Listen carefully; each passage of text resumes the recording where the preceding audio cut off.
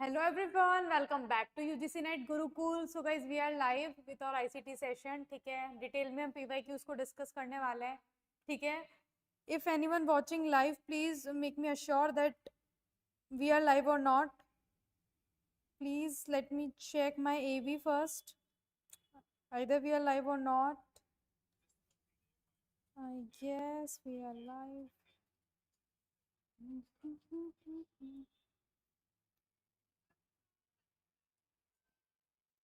So guys the session is live so we can start further. So guys अगर आप मुझे channel पे पहली बार देख रही हो तो मेरा नाम रोज है. मैं आपके लिए यूजीसी नेट गुरुकुल पे आईसीटी के पीवाईक्यूज लेके आती हूँ जो स्पेशली सेट पेपर है जो आपका एमएच सेट है ना उस पर बेस्ड होता है. ठीक है, this is a brief introduction about my self, my qualification and my experience. ठीक है, और अपनी क्लासेस का जो स्केड्यूल रहता है वो रहता है ट्यूसडे,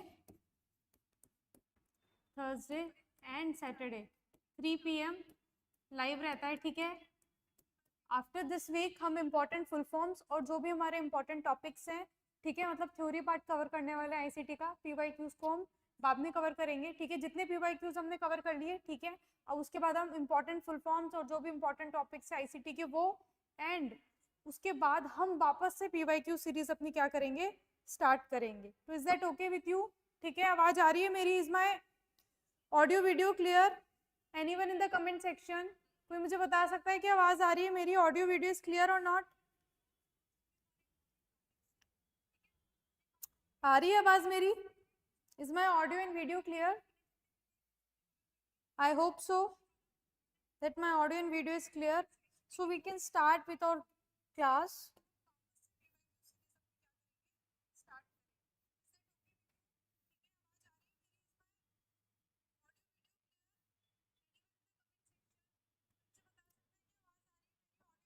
देखिए एमएच सेट का जो पार्ट 2 लेके आई हूँ मैं आपके लिए. ठीक है, एमएच सेट में जो पीवाईक्यूज पूछे गए हैं आपसे, देखिए एमएच सेट में जो 2023 में है ना, एमएच सेट में जो 2023 में आईसीटी के पीवाईक्यूज पूछे गए हैं उनको हम कवर करने वाले हैं आज की क्लास में. ठीक है, एमएच सेट 2023 वाले पीवाईक्यूज को हम कवर करने वाले हैं. ठीक है गाइस, तो देखो what is the correct full form है एचटीएमएल. एचटीएमएल की करेक्ट फुल फॉर्म क्या है इसमें से? Correct full form of HTML, anyone in the comment section? क्या फुल फॉर्म है? Hyper text mix language. देखो मैं हिंदी ट्रांसलेटेड भी करके लाई हूँ इस बार आपके लिए. कंप्लीट जो आपका कंटेंट है हिंदी में भी आपको देखने को मिल रहा है. ठीक है, हिंदी में भी देख सकते हैं अगर आपको इंग्लिश में प्रॉब्लम हो रही है तो. क्या होगा फर्स्ट का आंसर? क्या है full form ICT, sorry HTML की क्या फुल फॉर्म है?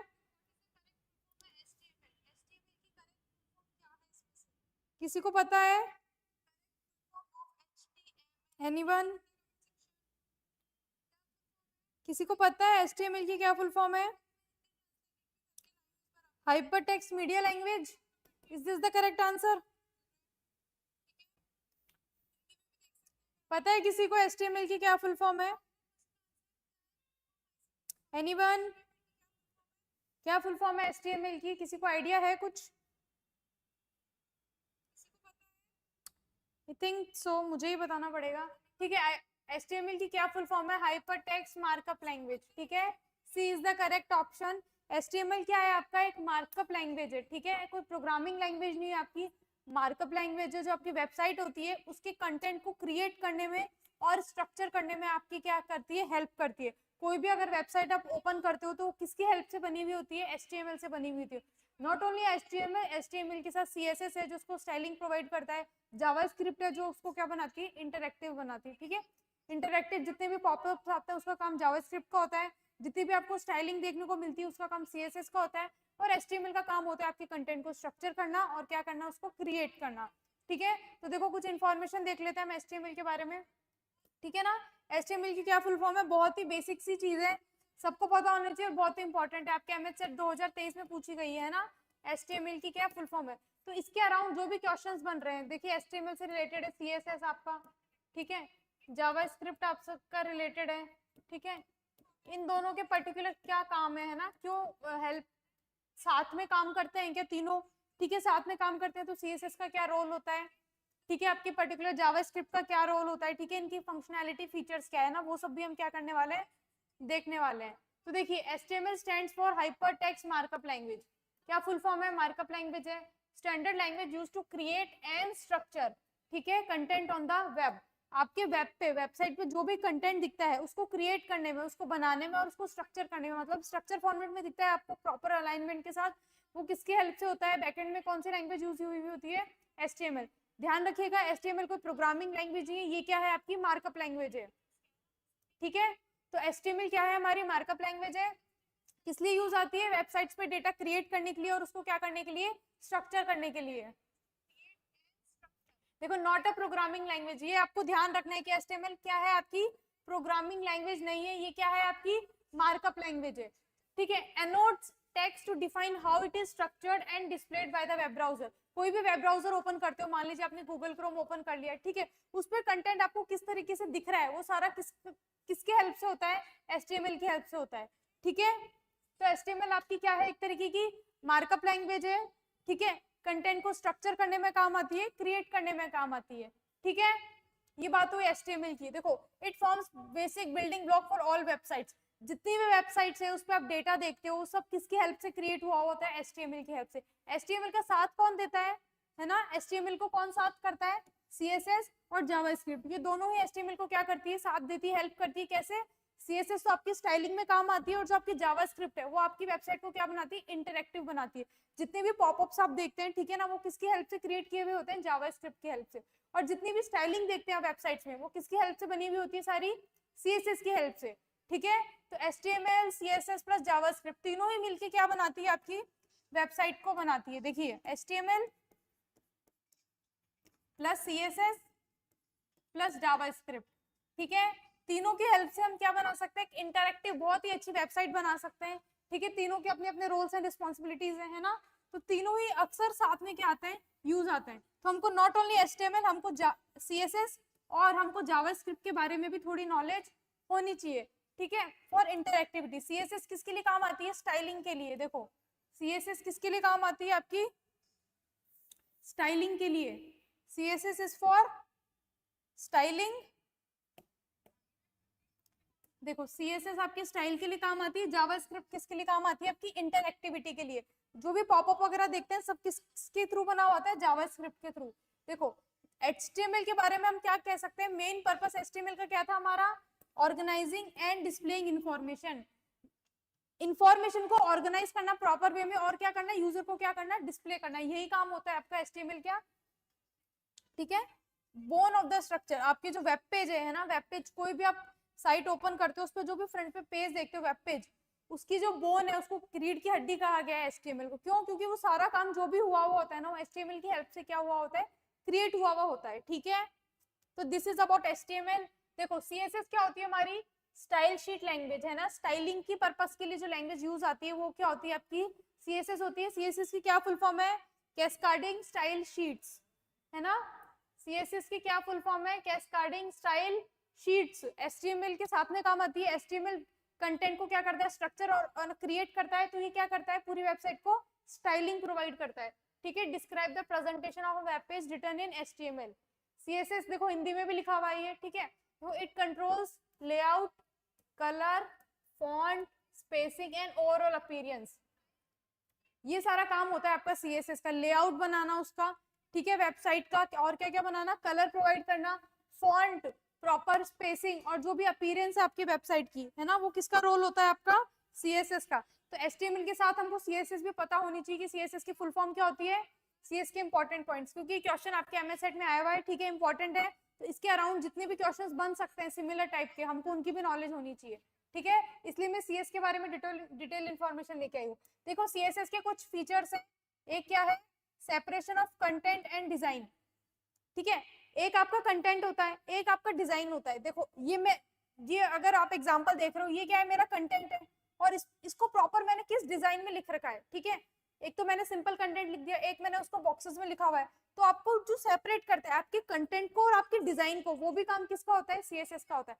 कंटेंट हम HTML की हेल्प से क्या करते हैं? ऐड करते हैं, लेकिन वो स्टाइलिंग, उसको स्ट्रक्चरिंग कौन करता है? आपका CSS करता है। देखो reusability, a single CSS file can style multiple pages. अगर एक CSS स्टाइल बनाते हो ना, आप बहुत सारे पेजेस को क्या कर सकते हो? स्टाइल कर सकते हो। तो CSS आपको कौन सा कॉन्सेप्ट? रीयूजेबिलिटी भी कर सकते हो CSS के थ्रू आप, ठीक है, responsiveness, helps create mobile friendly design, ऐसे डिजाइन क्रिएट करती है जो मोबाइल पे भी क्या होता है, सपोर्ट होता है, मोबाइल फ्रेंडली होता है, मतलब इजी टू यूज होता है मोबाइल पे भी, नॉट ओनली आपके इस कंप्यूटर सिस्टम पे, पर्टिकुलर मोबाइल पे भी क्या करते हैं वो इजीली वर्क करते हैं। तो mobile friendly structures cascading effect डालने में काम आती है, styles are applied in hierarchical manner allowing for overriding and speciality.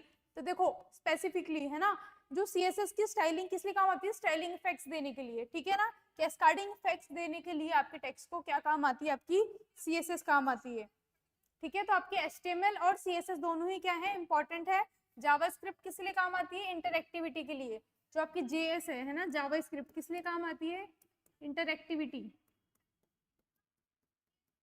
ठीक है, इंटरएक्टिविटी के लिए आपकी क्या काम आती है, जावास्क्रिप्ट काम आती है, ठीक है। नेक्स्ट क्वेश्चन क्या है, the internet access to common public in India was first introduced in, जो अपनी आम जनता है उनको इंटरनेट का एक्सेस कब दे दिया गया था, कौन से ईयर में, कौन से सन में आम जनता के लिए इंटरनेट एक्सेस क्या हो गया था, एप्लीकेबल हो गया था, कौन से ईयर में हुआ था, आइडिया, एनी आइडिया?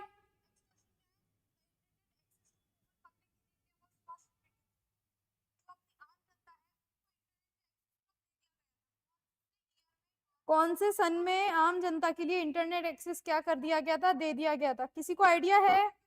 अरे कुछ तो बोलो, एटलीस्ट गलत आंसर करो बट आंसर तो करो कुछ, गलत करोगे तो ध्यान तो रहेगा कि भाई मैंने गलत किया था, मैम ने करेक्ट किया है मेरा, तो एटलीस्ट आपको याद रहेगी वो चीज, एटलीस्ट मेक सेशन इंटरैक्टिव, ठीक है। मैं आपके लिए कुछ कंटेंट लेके आती हूँ और आपकी क्या रिस्पॉन्सिबिलिटी है, कुछ इंटरैक्ट करना, उस पर कुछ कमेंट करना, है ना, कुछ तो रिस्पॉन्स किया करो आप लोग।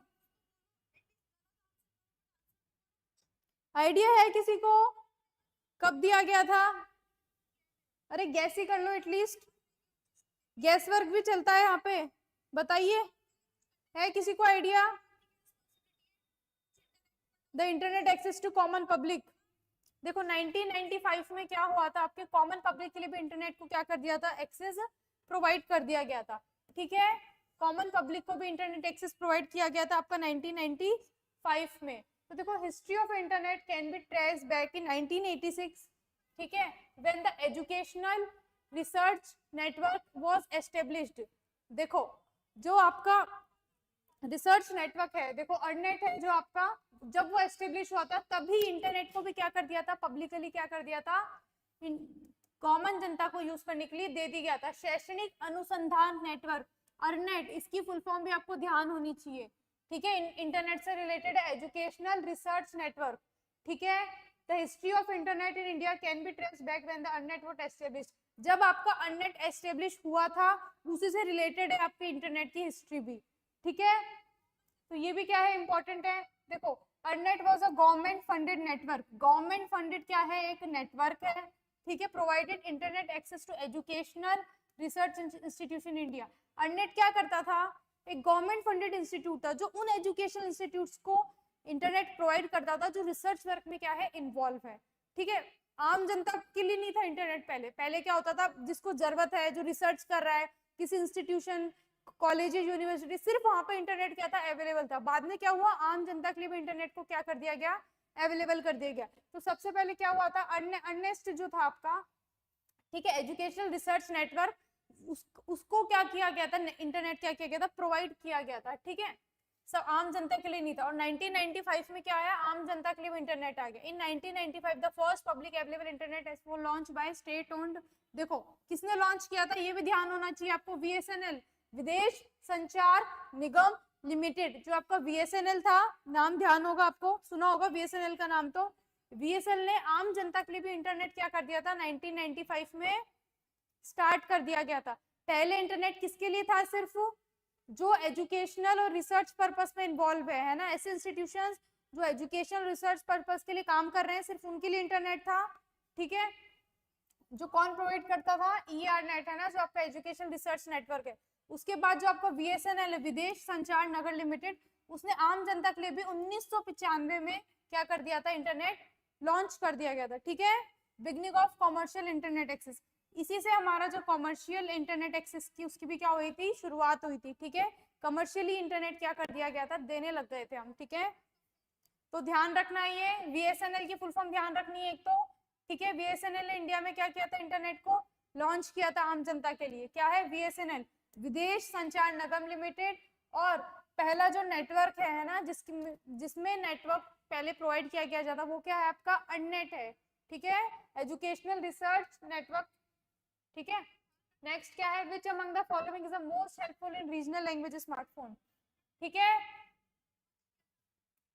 टाइप करने में रीजनल लैंग्वेजेस है ना, स्मार्टफोन पे अगर आप रीजनल लैंग्वेजेस को टाइप कर सकते हो तो उसके लिए सबसे हेल्पफुल क्या है, कैसे सबसे ज्यादा हेल्पफुल कौन होता है आपका, बताइए, anyone? I can see 6 and 7 people are watching live but they are not responding। क्यों रिस्पॉन्ड नहीं कर रहे हैं आप? सेशन को इंटरेक्टिव रखना है अपन को। ठीक है, सिर्फ मुझे आके यहाँ पे कंटेंट नहीं पढ़ाना है, आप लोगों को भी इंटरेक्ट करना है कि इसका ये ऑप्शन हो सकता है। ठीक है, कुछ क्वेरीज है आपकी वो भी साथ में पूछ सकते हो आप।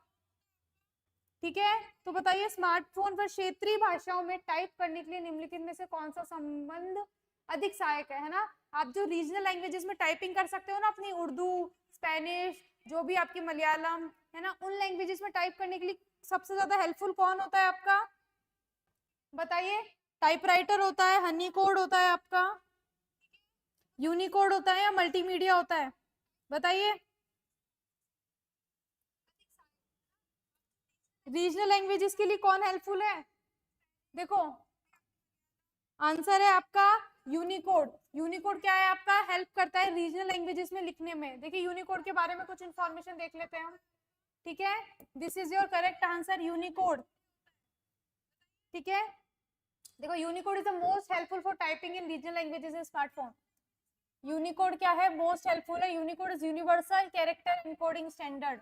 क्या है आपका यूनिकोड की फुल फॉर्म क्या है, यूनिवर्सल कैरेक्टर एनकोडिंग स्टैंडर्ड, है ना, that supports over 14,000 characters from over 150 scripts including all major regional language. देखिए, इतने सारे नंबर ऑफ कैरेक्टर्स और इतनी सारी स्क्रिप्ट को क्या करता है आपका यूनिकोड, क्या करता है, सपोर्ट करता है। यस जितेंद्र, बहुत जल्दी बता दिया आपने, अब तो मैंने ही बता दिया answer, but very good.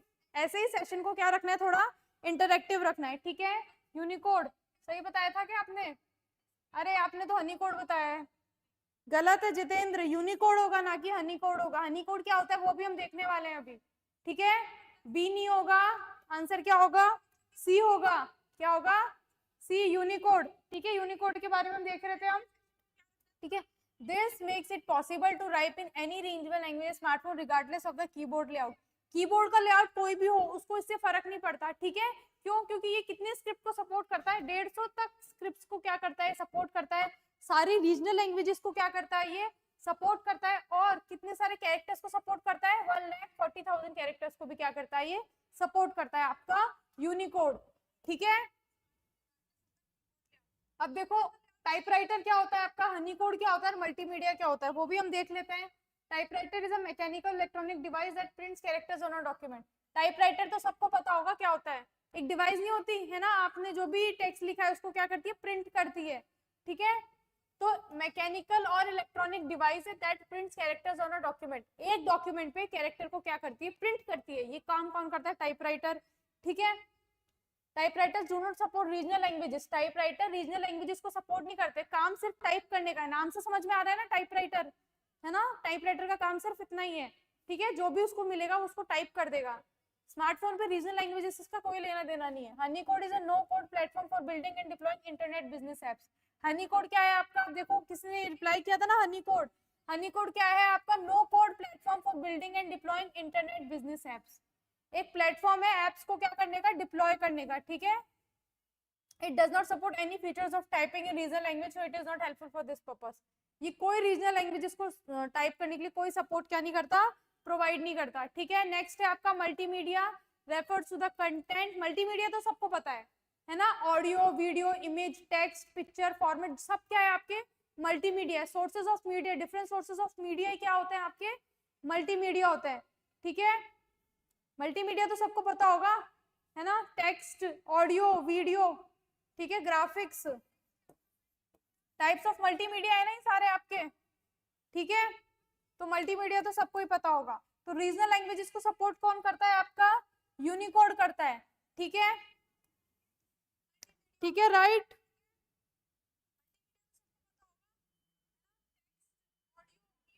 Next question देखो, अब 2021 के एमएच सेट के 2021 के पीवाईक्यूज है, वो 2023 के थे, अब 2021 के करने वाले हैं हम, ठीक है, ये है 2021 के पीवाईक्यूज।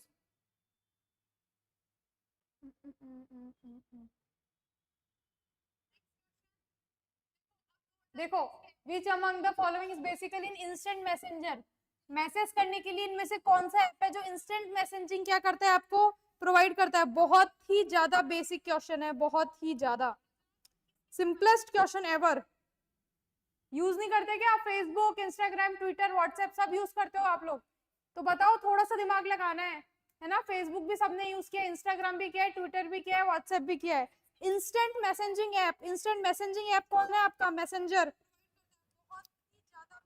बताइए, इसमें तो आंसर आना चाहिए मुझे लगता है, कोई तो बता दो एटलीस्ट। मैं नहीं बताऊंगी इसका आंसर, मैंने तो दिखा भी दिया था अभी, गलती से मैंने आंसर भी दिखा दिया था इसका। तो बताइए बताइए, मैं तो इसी पे स्टिक रहूंगी जब तक आप लोग इसका आंसर नहीं बताओगे। फेसबुक, इंस्टाग्राम, ट्विटर, निम्नलिखित में से कौन सा मूल एक त्वरित संदेश सेवा, इंस्टेंट मैसेंजर, त्वरित मतलब जल्दी से, इंस्टेंट मैसेंजर ट्विटर। अरे भाई, ट्विटर किसके लिए काम आता है? इंस्टेंट मैसेंजर की बात हो रही है, इंस्टेंट मैसेंजर की, ट्विटर कैसे हो सकता है? देखो, मैसेज सब पे कर सकते हो आप, इंस्टाग्राम का भी खुद का चैट बॉक्स होता है, इंस्टाग्राम पे भी मैसेजेस कर सकते हो आप, फेसबुक पे भी कर सकते हो, ट्विटर पे भी कर सकते हो, लेकिन कौन सा ऐप है जिसका काम है सिर्फ मैसेजिंग का है? मैसेंजर। बताइए भाई, सिर्फ मैसेज करने के लिए पर्पज से कौन बना है हमारे लिए? मैसेजिंग तीनों पे होती है, लेकिन इंस्टेंट मैसेजिंग किस पे होती है? ट्विटर क्या है? एक सोशल नेटवर्किंग साइट है ना, न्यूज आती है, फीड्स आती है आपकी, है ना, हैशटैग्स करते हो, ट्वीट्स करते हो आप हैशटैग करके, मैसेजिंग होती है, बट पर्पस क्या है इसका? सोशल नेटवर्किंग साइट है ना, न्यूज मीडिया वाली चीजें कवर होती है। इंस्टाग्राम क्या है? क्या अगेन सोशल मीडिया साइट है, पोस्ट डालते हो, फिल्टर्स डालते हो, हैशटैगिंग करते हो आप। फेसबुक क्या है आपका? अगेन सोशल नेटवर्किंग साइट है, जिसपे पोस्ट डालते हो, वीडियोस डालते हो, रील्स डालते हो। व्हाट्सएप क्या है आपका? Instant messaging. व्हाट्सएप का पर्पस ही क्या है? मैसेज करने का काम है ना। सबसे simple question, WhatsApp. Instant messenger कौन है आपका इनमें से? व्हाट्सएप है। देखो, मैसेजिंग तीनों पे होती है, मैं ऐसे नहीं बोल रही कि फेसबुक पे आप मैसेज नहीं भेज सकते, ना इंस्टाग्राम पे, ना ट्विटर पे, तीनों पे मैसेज भेज सकते हो, बट एक मेन पर्पस जिसका काम ही है मैसेजिंग करना, तो इंस्टेंट मैसेंजर कौन होता है आपका? व्हाट्सएप, ठीक है, this is the correct answer. छोटा बच्चा भी बता देगा आजकल तो कि मैसेज किस पे भेजते हैं हम? व्हाट्सएप पे भेजते हैं, ठीक है, सबसे बेसिक क्वेश्चन, ठीक है, व्हाट्सएप। देखो, 2020 के पीवाईक्यूज है, अब 2020 के पीवाईक्यूज, एमएच सेट 2020 के पीवाईक्यूज, ठीक है। देखो, जैसे जैसे हम पीछे ईयर में आ रहे हैं, पीवाईक्यूज का लेवल क्या होता जा रहा है? इजी होता जा रहा है, बट जैसे हम आगे बढ़ रहे हैं पीवाईक्यूज का लेवल भी बढ़ रहा है, पता है ना आप लोगों को। 2023 के हमने देखे थे, अच्छे पीवाईक्यूज थे एज कंपेयर टू 2020, 2021। देखो, which of the following is the correct full form of TRAI? जो आपका TRAI है उसका करेक्ट फुल फॉर्म क्या है?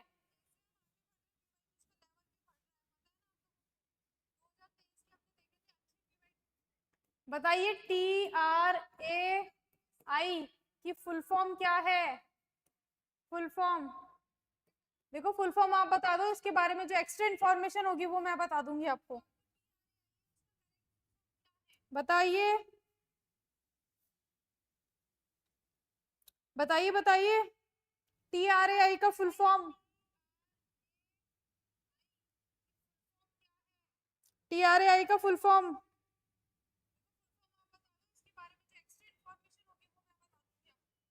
बताइए, बताइए TRAI का।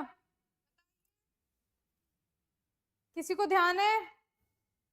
छोड़ देती हूँ इस क्वेश्चन को मैं यहीं पे, ठीक है, कोई नहीं बता रहा। पता है कि किसी को? Yes, it's right, B, telecom regulatory authority of India. ठीक है, you are right Jitendra Gupta, answer is correct, telecom regulatory authority of India, very good. ठीक है, चलो फुल फॉर्म तो पता है, अब इसके बारे में कुछ पता है? क्या है टेलीकॉम, टीआरएआई का काम क्या है, क्यों एस्टेब्लिश हुआ, इंस्टीट्यूट है, गवर्नमेंट ऑर्गेनाइजेशन है, ठीक है, कुछ पता है? चलो इसके बारे में एक्स्ट्रा इन्फॉर्मेशन भी देख लेते हैं हम। करेक्ट आंसर तो हमने देख ही लिया। देखो, telecom regulatory authority of India was establish in 20 फरवरी 1997। कब एस्टेब्लिश हुआ था आपका टीआरएआई? 1947, 1997, नॉट 47, 1997 में क्या हुआ था आपका टीआरएआई एस्टेब्लिश हुआ था by the act of parliament, ठीक है, to regulate telecom services and tariffs in India. ठीक है, टेलीकम्युनिकेशन सर्विसेज को रेगुलेट करने के लिए टीआरएआई का निर्माण हुआ था, गठन हुआ था। किसने किया था, कब हुआ था? 20 फरवरी 1997 में हुआ था। ठीक है, by act of parliament to regulate telecom services and tariffs in India. Earlier देखो रेगुलेशन ऑफ, पहले जब टीआरए नहीं बना था उससे पहले ये काम कौन करता था, है ना? ऐसे तो है नहीं कि टेलीकॉम सर्विसेज को कोई, मतलब टेलीकॉम जो आपकी सर्विसेज थी उसके लिए कोई अथॉरिटी थी नहीं, कोई तो ध्यान देता होगा। तो पहले किसके द्वारा देखा जाता था? आपकी जो सेंट्रल गवर्नमेंट थी वो लुक आफ्टर करती थी टेलीकॉम सर्विसेज को और टैरिफ्स को। ठीक है, उसके बाद किसका गठन हुआ? Telecom regulatory authority of India, आपका टीआरएआई का गठन हुआ 20 फरवरी 1997 में। ठीक है, to regulate telecom services and tariffs in India. TRA's mission to create nurture conditions for growth of telecommunication in India to enable country to have a leading emerging global information society. Telecommunication services क्या होती है? संचार का माध्यम। ठीक है, आपस में हम क्या कर सकते हैं? संचार के माध्यम से जुड़े रहते हैं, उन सर्विसेज की बात हो रही है। ठीक है, तो emerging as a global information society, है ना? इंडिया, इंफॉर्मेशन कैसे स्प्रेड होती है आजकल? टेलीकम्युनिकेशन के माध्यम से तो इंफॉर्मेशन का स्प्रेड होता है। तो इसका मकसद क्या था कि पूरी सोसाइटी क्या बने? India society global information centre बने, मतलब एक इंफॉर्मेशन जो है वो चारों तरफ क्या हो? संचारित हो। उस वही काम किसका था आपका? टीआरएआई का जॉब रोल था। ठीक है, मिशन क्या था उसका? Create growth of telecommunication. किसकी ग्रोथ के लिए काम करना? Telecommunication in India.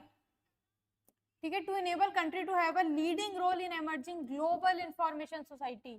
ठीक है, पूरी जो हमारी सोसाइटी है, समाज में, उसमें क्या हो? इंफॉर्मेशन का क्या हो? फ्लो हो। टेलीकम्युनिकेशन अथॉरिटी का यही गोल था। ठीक है, one of the main objective is to fair and transparent environment that promotes a level playing field and facilitates fair competition in the market. ठीक है, TRA regularly issues orders, directions on various subjects such as tariff, interconnection, quality of service, direct to home services, mobile number portability. देखो ये जो सारी services है आपको ध्यान में है ना, इंटरनेट कनेक्शन सब टीआरएआई के अंदर आती है ना। इंटरकनेक्शन, क्वालिटी ऑफ सर्विस कैसी है, डायरेक्ट टू होम सर्विसेज, और आपकी जो मोबाइल नंबर की पोर्टेबिलिटी है। ठीक है, ये सारी सर्विसेज किसके अंडर आती है? आपकी टीआरएआई, है ना? टीआरएआई के अंडर आती है आपकी सारी सर्विसेज। ठीक है, तो आपसे नेक्स्ट ये क्वेश्चन भी बन सकता है कि टीआरएआई के अंडर कौन कौन सी सर्विसेज आती है। ठीक है, तो वो भी आपको ध्यान में रखना है। इंटरकनेक्शन, क्वालिटी ऑफ सर्विस को देखना, मोबाइल नंबर की पोर्टेबिलिटी हो गई आपकी। ठीक है, डायरेक्ट कम्युनिकेशन हो गया। ये हिंदी में लिखा है मैंने। ठीक है, भारत दूरसंचार विनियम प्राधिकरण, telecom regulatory authority of India, 1947। ठीक है, ठीक है, टेलीकम्युनिकेशन हिंदी में लिखा है। जिसको प्रॉब्लम आती है इंग्लिश में वो हिंदी में भी क्या कर सकता है? रीड आउट कर सकता है।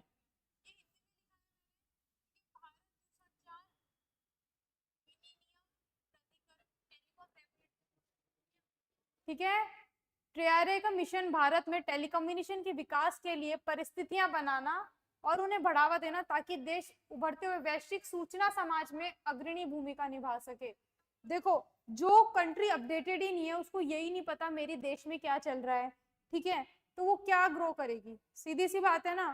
तो जो जनता है, जो सोसाइटी है, उसमें इंफॉर्मेशन का फ्लो तो होना चाहिए, ठीक है, उसको नॉलेज तो अपडेटेड तो होनी चाहिए। तो ये माध्यम क्या हो सकता है ना, टेलीकम्युनिकेशन जरूरी है ना, टेलीकम्युनिकेशन सेक्टर का होना, ठीक है। तो यही एम था आपका टेलीकम्युनिकेशन, जो आपका TRAI का, कि पूरे देश में जो है ना हमारा जो समाज है उसमें सूचना का क्या हो, पूरे देश में प्रसार हो, ठीक है, जिससे पूरी जो सिटीजन क्या है हमारे अवेयर रहे, जो भी उनके राइट्स हैं उसको रिगार्डिंग, और जो भी आपके समाज में देश में चल रहा है, ठीक है। तो यही आपका क्या था, एम था TRAI का, ठीक है। ठीक है, any doubt regarding any question and any topic, किसी को डाउट है? देखो बाकी का हम नेक्स्ट क्लास में कवर करेंगे, ठीक है। That's it for today. अगर कोई भी क्वेरी हो किसी भी टॉपिक या कॉन्सेप्ट से related, you can comment below, ठीक है। मिलते हैं नेक्स्ट सेक्शन में with some other PYQs of MSA। उसके अलावा नेक्स्ट वीक से हम प्रॉपर ICT के इंपॉर्टेंट टॉपिक्स और जो भी कॉन्सेप्ट है, थ्योरेटिकल कॉन्सेप्ट पढ़ने वाले हैं, ठीक है। मेमोरी मैनेजमेंट, मेमोरी हायरार्की, जितना भी टॉपिक्स इंपॉर्टेंट है कन्वर्जन से रिलेटेड आपके, वो सारा अपन नेक्स्ट वीक से क्या करने वाले हैं, कवर करने वाले हैं, ठीक है।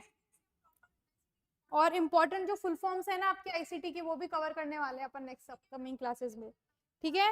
अब PYQs को अपन थोड़ा सा ब्रेक देंगे, है ना, फॉर अ मंथ अपन सिर्फ थ्योरेटिकल कॉन्सेप्ट्स पे ध्यान देंगे। उसके बाद वापस से जब हमारे एग्जाम आने वाले होंगे, हम वापस से PYQ सीरीज क्या करेंगे, स्टार्ट करेंगे, ठीक है।